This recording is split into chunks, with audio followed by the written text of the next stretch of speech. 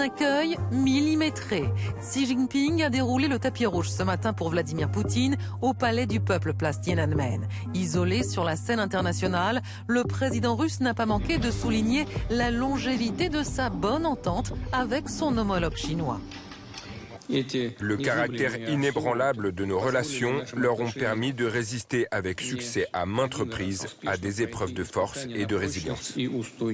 Mais avec Xi Jinping, il ne faut pas être jaloux en amitié, car le président chinois ne cesse de recevoir de nouveaux visiteurs. À chaque fois, quel que soit le dirigeant étranger, la même mise en scène, les mêmes enfants qui applaudissent, comme la semaine dernière, lors de l'accueil de Donald Trump. Loin de s'offusquer, le président américain a loué sa grande proximité avec Xi Jinping, comme si la guerre des taxes douanières n'avait jamais existé.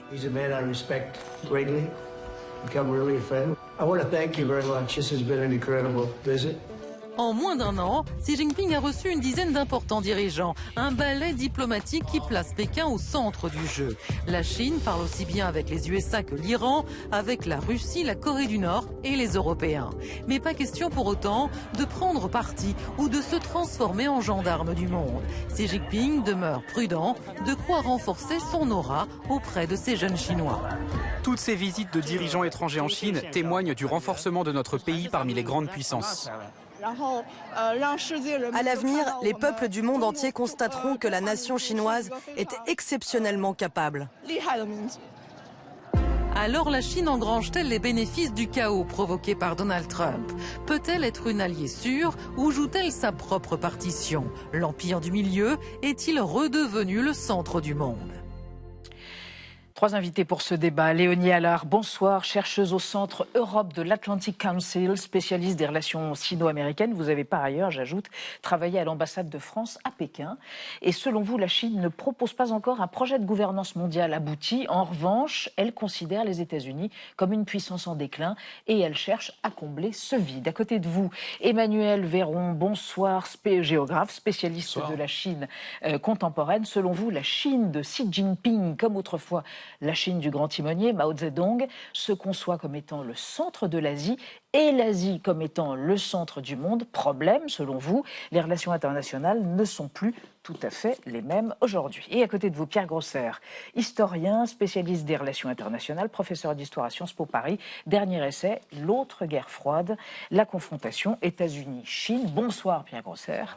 Selon vous, le monde se précipite à Pékin, en Chine. Pékin bénéficie des errements de la politique de Donald Trump, mais attention, ça ne fait pas de la Chine la nouvelle superpuissance mondiale, en tout cas pas tout à fait, et pas maintenant. Et on démarre avec une carte. Oui, une carte particulière, c'est la carte officielle de la République populaire de Chine qui date pour sa première version de 2012 et dessinée par le géographe chinois Xiao Guang avec, regardez, une projection verticale assez rare et donc la Chine mise davantage en valeur, rien à voir avec notre planisphère Mercator qu'on a connu dans les écoles où l'Europe est au cœur de la planète et les États-Unis étant relégués au rebord du dessin. Emmanuel Véron, vous qui êtes géographe, elle dit quoi cette carte des ambitions de la Chine ? Elle dit la volonté chinoise de centrer finalement cette carte sur l'Asie et au cœur de l'Asie, la Chine. Et si on dézoome, si on change la focale, on change d'échelle, finalement ce serait la Chine qui serait au centre du monde et qui serait entourée d'un système politique et de société qui serait redevable, en tout cas dans l'environnement immédiat de la Chine, dans une logique post-impériale de vassaux, de centre-périphérie, où le centre serait chinois, un monde civilisé autour duquel seraient organisés des États, des sociétés proches ou en tout cas redevables, ou dans une logique vassalisée à la Chine. Oui, Pierre Grosser, ça n'a pas toujours été le cas parce qu'il y a eu toute une époque de plutôt profil bas, non, dans la diplomatie chinoise défendue par Deng Xiaoping, non? C'est venu un peu plus tardivement de la placer au centre du monde? Oui, il y avait un discours de dire qu'il fallait avancer, disons, relativement masqué, mais prendre de la puissance. Ça a été d'autant plus facile que les Américains se sont enlisés au Moyen-Orient dans les années 2000, d'où d'ailleurs un peu la surprise de commencer de nouveau une guerre au Moyen-Orient ce qui risque encore une fois de profiter à la Chine. On a eu un peu, à la fin des années 2010, les Chinois qui ont une diplomatie un peu plus agressive, avec d'ailleurs un certain nombre d'opposants, en Chine on ne parle pas d'opposants, mais enfin de gens qui ont dit en Chine qu'il fallait faire attention de ne pas se montrer trop tôt. Et puis finalement ça a provoqué quand même des tensions à travers le monde, une opinion qui s'est dégradée à l'égard de la Chine. Les Américains qui ont pu en profiter finalement pour non pas embrigader les Européens et un certain nombre de pays asiatiques ou l'Inde, mais en tout cas l'impression que pouvait se créer une grande coalition face à cette montée d'une Chine plus agressive. Et là, le contexte a complètement changé. C'est-à-dire qu'au contraire, les États-Unis ne s'appuient plus sur leurs alliés. Au contraire, ils ont plutôt tendance à les faire fuir ou à essayer de les exploiter. Donc, évidemment, pour la Chine, c'est une situation qui est bien meilleure, avec un discours plutôt rassurant, en disant, voilà, celui qui met le désordre, c'est Trump. Venez à moi, je vais mettre un peu d'ordre, tout en étant quand même toujours très, très, très ferme sur les questions commerciales. Léonie, alors, cette centralité cartographique, ça se complète par une centralité géopolitique. La Chine est au centre du jeu ou c'est plus compliqué?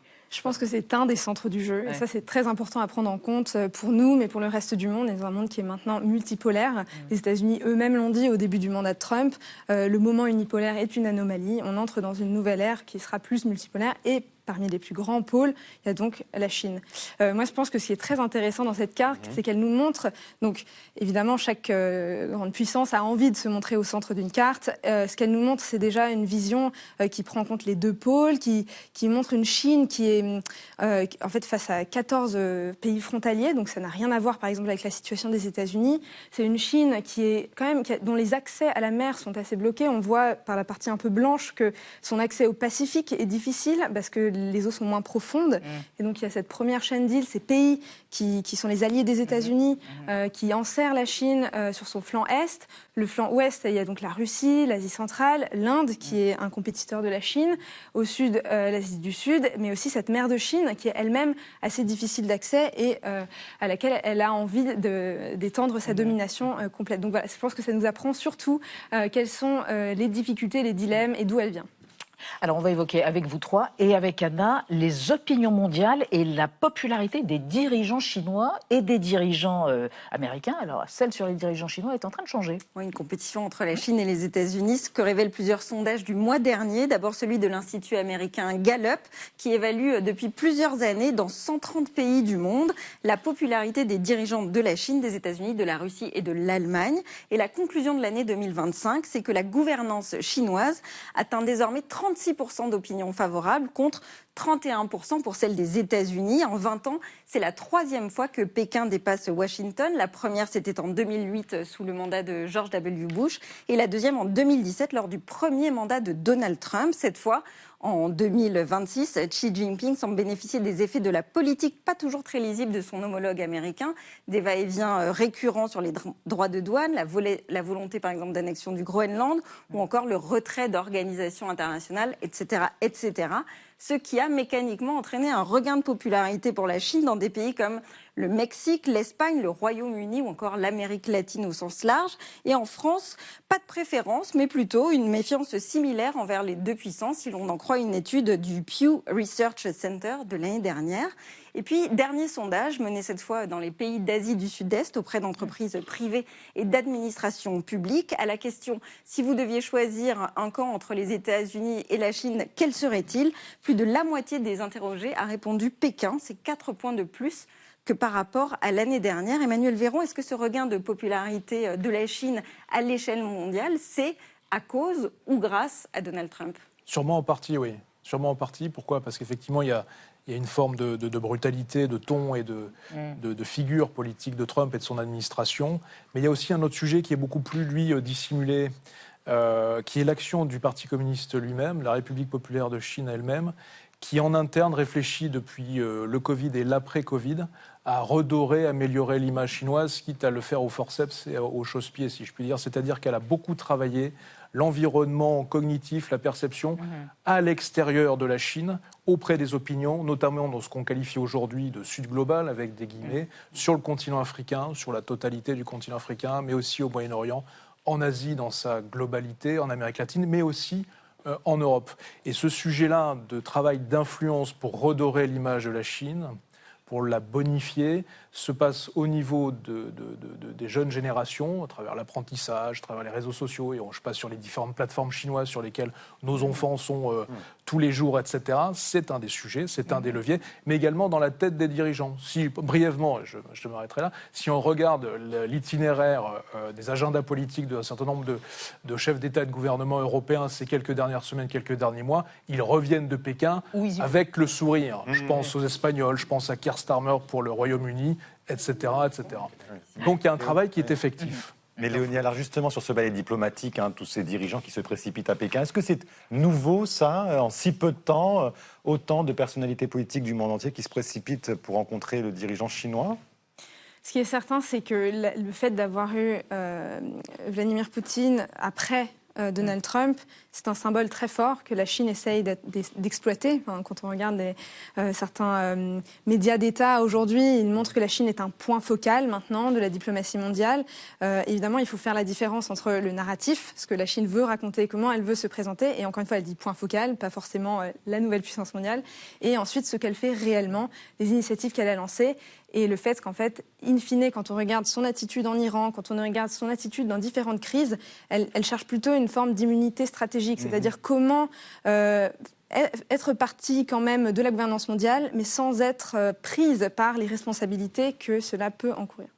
Pierre Grosser, ça veut dire qu'il n'a pas de préférence, Xi Jinping, entre Trump et Poutine aujourd'hui? Il les met sur un pied d'égalité ou pas dans ses relations? Dans la tête de Xi Jinping, Pierre Grosser. Tout le monde en rêve de savoir ce qui se passe dans la tête. Et justement, on a un gros problème aujourd'hui de connaissance de la Chine, de l'entourage. C'est opaque.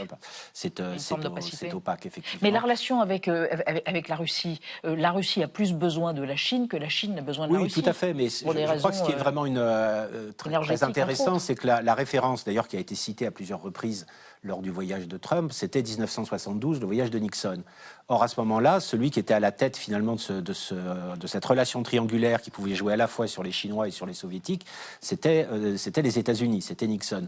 Or là, les deux voyages qui se... Il avait rencontré Mao en 72. Voilà, il avait rencontré Mao, il était allé à Mao, et puis il a rencontré Brejnev, donc c'était vraiment l'impression que c'était les Américains et Kissinger, pour aller vite, qui menaient le jeu.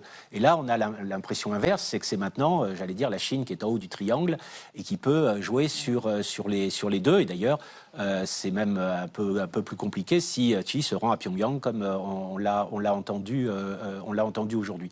Ce qui est intéressant quand on fait le compte des voyages, c'est que Xi voyage beaucoup moins qu'il ne voyageait auparavant, et notamment, il voyage pratiquement plus en Europe, en Amérique latine, etc. En revanche, on se rend. Se rend en Chine, ce qui est évidemment symboliquement relativement important. Et je crois que ce qu'il faut regarder aussi, ce sont tous les sommets, j'allais dire un peu multilatéraux, avec les BRICS, où là finalement c'était normalement les Indiens donc qui présidaient les BRICS. Et là ça leur posait ça lui pose des problèmes. Donc même ces forums traditionnels, je pense que pour lui c'est moins intéressant que d'être au centre à Pékin. Et quid de la relation alors avec Trump, Emmanuel Véron? Là on vient de parler de Poutine, comment vous qualifieriez cette relation-là? Je pense qu'il y a un sujet côté chinois maintenant qui est d'assumer le face-à-face, de manière beaucoup plus agressive, de manière beaucoup plus exacerbée que par le passé. Quand je dis le passé récent, pendant le Covid, voire avant le Covid, ça nous ramène 5, 6, 7 ans en arrière, d'assumer le rapport de force, d'assumer le face-à-face et de montrer à la face du monde, d'abord aux Chinois, à la population chinoise, aux milliards et quelques de Chinois, et à la face du monde qu'ils sont capables, malgré les grandes divergences qu'il y a entre ces logiques de deux blocs, de deux pôles, qu'on est capable d'avoir un protocole diplomatique pour recevoir son ennemi, puisque ce sont les termes qui qualifient les États-Unis aujourd'hui côté Pékin. Ennemi, et d'assumer ce rapport de force à peu près à tous les niveaux. C'est-à-dire qu'on n'a pas peur quand les États-Unis vont sanctionner des sociétés chinoises dans le pétrole et dans le raffinage et dans la production diesel. On n'a pas peur des États-Unis quand ils vont sanctionner des sociétés commerciales d'imagerie satellite qui sont duales, civilo-militaires, dans les efforts de guerre en Iran, etc. On assume un report. Décrite par Trump quand même dans ce que vous nous dites là. Hein, tout de même. On est sur un paravent diplomatique en coulisses. C'est extrêmement tendu et la compétition est féroce. Vous parlez de tension à propos de Taïwan. Donald Trump a semblé ne plus soutenir Taipei aussi fermement que ses prédécesseurs. Écoutez, il était sur Fox News, le président américain. They don't want to see it go independent. They don't want to do it. And I think they probably would do something pretty harsh, and then they would be met harshly, and bad things will happen. I will say this, I'm not looking to have somebody go independent, and, you know, we're supposed to travel 9,500 miles to fight a war. I'm not looking for that. I want them to cool down. I want China to cool down. Léonie Allard, c'est un changement de discours radical ou pas? Est-ce qu'il faut s'inquiéter du fait que finalement la déclaration d'indépendance, une éventuelle guerre de la Chine à Taïwan échappe aux États-Unis?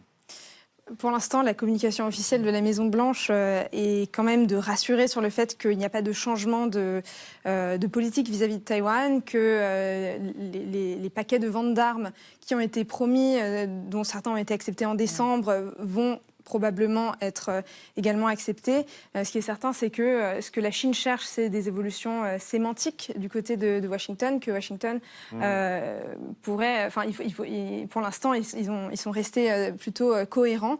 Et donc, ce qu'on peut tirer en fait de ce sommet où on a beaucoup attendu qu'il y ait un deal autour de Taïwan, etc. Finalement, ma conclusion, c'est plutôt...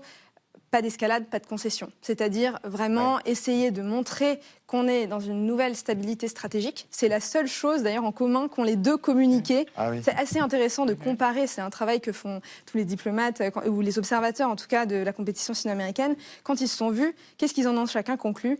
Et la chose sur laquelle ils se sont mis d'accord, c'est la stabilité stratégique. Maintenant, ce qu'ils entendent par ça, est-ce que ça veut plutôt dire gagner du temps, développer des nouveaux outils de compétition pour potentiellement une prochaine escalade des tensions ou non? Mais ce qui est sûr, c'est qu'on est quand même sur un sommet, dont sur Taïwan, où il n'y a eu ni escalade ni concession. Oui, Pierre Gossard, aux États-Unis, certains disent que dans les 5 ans qui viennent, il y aura une attaque de Taïwan et que tout ça, ce sont des mots, et que même si la Chine va apparaître en pôle de stabilité, elle pourrait aller au conflit.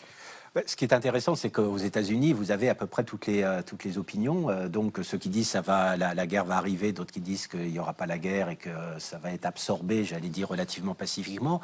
Vous avez des débats aussi pour dire est-ce que finalement Taïwan est si important stratégiquement.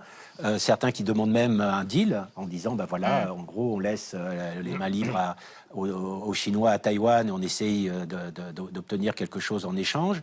Pardon de vous interrompre, qu'est-ce que Xi Jinping envisage et entend quand il évoque un piège, le piège de Thucydide? Oula, alors c'est Vous n'avez pas 4 heures. Comment? Vous n'avez pas 4 heures, Pierre Gossard, pour expliquer. Non, c'est l'idée qui a été développée au départ plutôt aux États-Unis, qu'il risque d'y avoir une guerre entre une puissance en déclin et une puissance montante. Voilà. Et c'est un débat qui existe aussi en Chine en disant qu'on peut éviter tout à fait ce piège de Thucydide. Et un des exemples qui est donné, c'est qu'on est passé d'une certaine façon de l'hégémonie britannique à l'hégémonie américaine sans guerre entre les Britanniques et les Américains. Alors, il y a eu plein de guerres, mais pas entre les Britanniques et les Américains. Mais en même temps, traditionnellement, les Chinois sont pas très favorables à cette expression parce qu'ils disent nous on veut pas être la puissance hégémonique. Nous ce qu'on veut c'est un monde multipolaire, chacun sa civilisation, dans un monde polycentrique, etc. Donc je pense que c'est plus j'allais dire une certaine forme de cadeau pour rassurer un peu les Américains et l'opinion américaine que vraiment une pensée très profonde et une réflexion sur le piège de Thucydide. Tout ça, il faut bien, en tant qu'historien, je me permets de le dire, que tout ça est extrêmement discutable comme réflexion parce que par exemple d'expliquer qu'il y a eu la Première Guerre mondiale parce que c'était les Britanniques qui déclinaient et les Allemands qui montaient, c'est faux. Alors, on va évoquer avec une archive la posture, l'incarnation, la stature de Xi Jinping qui incarne l'ambition de la Chine. Le président chinois pourrait se hisser, selon certains observateurs, à l'égal du grand timonier Mao Zedong. En tout cas, c'est ce que raconte notre archive du jour. L'allure bonhomme, mais l'assurance de celui qui se sait intouchable. Xi Jinping s'avance vers un pouvoir illimité et sans partage. Sur ce marché des antiquités à Pékin, le culte de la personnalité autour de Mao Zedong reste intact 40 ans après la mort du grand timonier. Mais désormais, sur les étals, on trouve aussi des bustes à l'effigie de Xi Jinping. C'est le grand homme de notre époque. Il a gagné le cœur du peuple. Depuis le changement de la Constitution, un photomontage circule sur les réseaux sociaux chinois. Le portrait de Xi Jinping a remplacé celui de Mao à l'entrée de la cité interdite à Pékin. Une image vite censurée. On ne plaisante pas avec le nouvel empereur de Chine. Emmanuel Véron, c'est vrai qu'on le connaît peu, ce Xi Jinping. Quelle est son intention, sa véritable ambition de hisser la Chine comme première puissance mondiale sans y paraître? C'est ça l'idée? Absolument. Vis-à-vis de l'Asie notamment, les autres pays asiatiques autour? Vis-à-vis du monde. Du monde. Vis-à-vis de ce qu'on évoquait avec la projection de la carte au début de l'émission, la Chine est au centre du jeu et il y a un ordre hiérarchique au sein duquel la Chine est le centre, quelque part le donneuse d'ordre, hiérarchisant ses périphéries, le monde multipolaire. Donc oui, l'intention qui fut par le passé Deng Xiaoping, des intentions cachées, sont aujourd'hui des intentions de moins en moins cachées, de plus en plus affichées et assumées. Et en même temps, il y a beaucoup de faiblesses dont on parlait récemment, économiquement. C'est justement un pays qui ne va pas si bien que ça au regard de sa gloire. Justement, quoi de mieux que pour détourner l'attention des faiblesses et des fragilités et des grandes problématiques internes associées à l'économie et à la finance chinoise que de dire, regardez comme nous sommes le pôle de stabilité face à une Amérique turbulente et belliciste. Léonie Allard, est-ce qu'il y a cette volonté aussi de prendre une revanche et de redevenir l'empire du milieu comme par le passé ? Oui, certainement une vision révisionniste de la part de la Chine dans les frontières qu'elle essaye d'agrandir. Notamment, on parlait de la mer de Chine du Sud, de son emprise sur l'Asie. Mais ce qu'on voit avant tout, pour moi, il y a la personnification du Parti communiste autour de Xi Jinping, qui est maintenant un autocrate, plus 2012, uniquement le leader d'un parti et d'un État autoritaire. C'est quelque chose qu'il faut absolument étudier. On en parlait. Vous en parliez avant, il faudrait avoir plus d'experts sur la Chine, plus d'expertise, plus de capacité à comprendre, même si elle est difficile à comprendre. C'est un pays, je pense, qui mérite beaucoup notre attention et la compétition sino-américaine va être centrale. Pierre Grosser, on parle d'une Chine économiquement qui n'est pas tout à fait aussi rayonnante et florissante qu'il y a 10 ans, mais quand on regarde par exemple des chiffres dépôts de brevets mondiaux, la Chine, ça représente 49%, les États-Unis seulement 16%. Il y a quand même donc au niveau de la technologie, au niveau intellectuel, au niveau scientifique, quelque chose d'écrasant. Oui, ça va s'accélérer. Il y a une montée en gamme technologique qu'on n'avait sans doute pas tout à fait prévue. Vous avez quand même une part dans les exportations. En gamme pas vraiment. Des chiffres d'exportation et de bénéfices liés aux exportations tout à fait considérables qui font qu'aujourd'hui, c'est pas seulement des produits de base qui sont concurrencés, mais demain, ça va être sans doute l'aéronautique.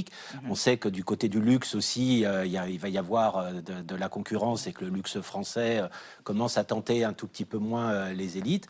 Voilà, les problèmes économiques ne sont pas spécialement là. Mais je voulais juste dire un mot sur aussi les aspects de faiblesse internationale. C'est quand même un pays qui n'a pas d'alliés, de vrais alliés, qui ne protège personne. Alors peut-être que c'est une force, mais en tout cas, il n'y a pas de responsabilité. Et puis, qui a un modèle qui n'est pas vraiment exportable. Donc, on peut être fasciné par la Chine, mais ce n'est pas un modèle qui est exportable. C'est la conclusion de ce débat ce soir. Merci à tous les trois d'être venus.